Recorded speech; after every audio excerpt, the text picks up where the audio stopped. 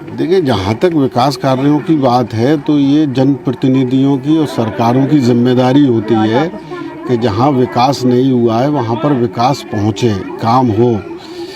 पिछले 1-1.5 महीने से फिरोज़ाबाद शहर में डेंगू एक महामारी के रूप में निकल कर आया है। यहाँ जहाँ हम लोग खड़े हुए हैं ठार-फूटा पर, यहाँ गलियाँ देख रहे हैं, गंदगी है, जलभराव है और यहाँ के लोग नारकीय जीवन जी रहे हैं। अपने अधिकार के लिए, अपने हक के लिए लोगों को धरना प्रदर्शन भी करना पड़ रहा है। यहाँ के बच्चे, बुजुर्ग, महिलाएं सब बैठी हैं। आज खुशी की बात यह है कि प्रशासनिक अधिकारी आए और उन्होंने यहाँ के नागरिकों को आश्वासन दिया है काम शुरू होगा। इसलिए यहाँ के लोगों ने उन पर विश्वास करते हुए अपने धरना प्रदर्शन को उठा लिया है। और अगर मान लीजिए उन्होंने काम नहीं किया, अपना आश्वासन पूरा नहीं किया, तो फिर यहाँ के लोग अपने अधिकार के लिए धरना प्रदर्शन करेंगे। तो हम तो यही विश्वास करते हैं कि जो आश्वासन प्रशासनिक अधिकारियों ने यहाँ के निवासियों को दिया है वो उस पर खरा उतरे डाली। तो ये एक जनप्रतिनिधि के लिए अच्छी बात नहीं है। उन्हें यहाँ देखना चाहिए था 2018 में जब वो यहाँ शिलान्यास कर गए तो इस काम को तुरंत निपटाना चाहिए। देखिए, शुगाबाद जनप्रतिनिधि कहाँ है ये तो मुझे नहीं मालूम। मैं हमेशा एक बात कहता हूँ कि दो जनप्रतिनिधियों के टकराव की वजह से दिक्कतें हैं। ये बात बिल्कुल सही है कि शुगाबाद विधानसभा के क्षेत्र में विधायक मनीष असीजा जी ने शिलान्यास क्यों किया। मेयर के उसमें तो आज सीमा में आता है ये क्षेत्र, लेकिन विधायक फिरोजाबाद की सीमा में नहीं आता। तो उन्होंने किस निधि से ये किया? तो जाहिर सी बात है ये निगम की निधि से हुआ होगा। अब निगम के क्षेत्र में विधायक जी अतिक्रमण कर रहे हैं तो मेयर अपने स्वाभिमान की लड़ाई लड़ेंगी।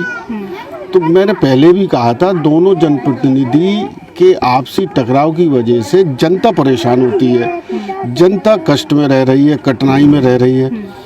तो इन दोनों जनप्रतिनिधियों को टकराव नहीं करना चाहिए, बल्कि जनता के हित में आपसी तालमेल के साथ काम करना चाहिए। जबकि ये दोनों एक ही पार्टी के भी सदस्य हैं।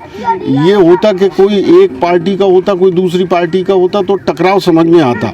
एक ही पार्टी का होने के नाते दोनों एक दूसरे को नीचा दिखाना या एक दूसरे को असफल करना, उसमें जनता परेशान हो रही है। जिम्मेदार लोग सो रहे हैं तभी जनता को जगाने के लिए बैठना पड़ता है।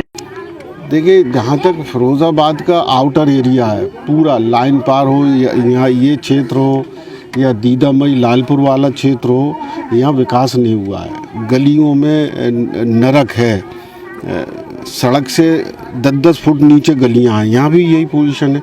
उसकी वजह से वहाँ पानी का भराव है, कीचड़ है, दलदल है, मच्छरों का प्रकोप है। उस वजह से बीमारियाँ भी फैल रही हैं। यहाँ पर हमारे एक साथी ने बताया कि यहाँ भी कई मौतें हो गई। उस वजह से परेशान होकर ये लोग यहाँ के नागरिक धरने पर बैठे।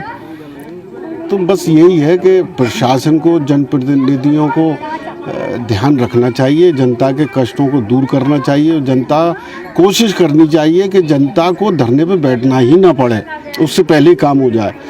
विकास वहाँ होना चाहिए जहाँ विकास की ज़रूरत है। अब रोज़ आप सदर बाज़ार बनाओ करोड़ों रुपए से, और पिछले 4 साल में जाने कितनी बार बन भी चुका है। और जहाँ आज तक एक ईंट नहीं लगी, जिन क्षेत्रों में वहाँ पर ईंट नहीं लग रही है। तो ये असंतुलन है विकास का, इसको ही दूर करना है। तो अब ये अधिकारी और जनप्रतिनिधि पता नहीं कमीशन की वजह से या किसकी वजह से, भ्रष्टाचार की वजह से ये काम करते हैं। तो विकास तो यहाँ होना चाहिए जहाँ विकास की। स्मार्ट सिटी का नाम भी दे दिया गया है। कहा तो प्रधानमंत्री ने ये भी था कि हर साल 2 करोड़ रोजगार देंगे।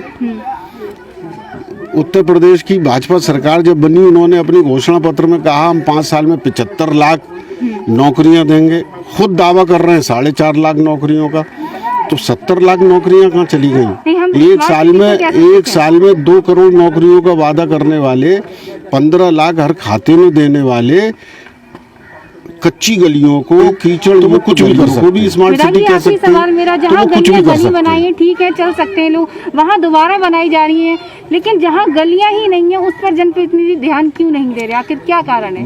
यही मैंने कहा कि सदर बाजार हुआ या जो सड़कें बनी हुई हैं उनको बार बार बनाया जा रहा है, बार बार लेपन किया जा रहा है, ये भ्रष्टाचार है।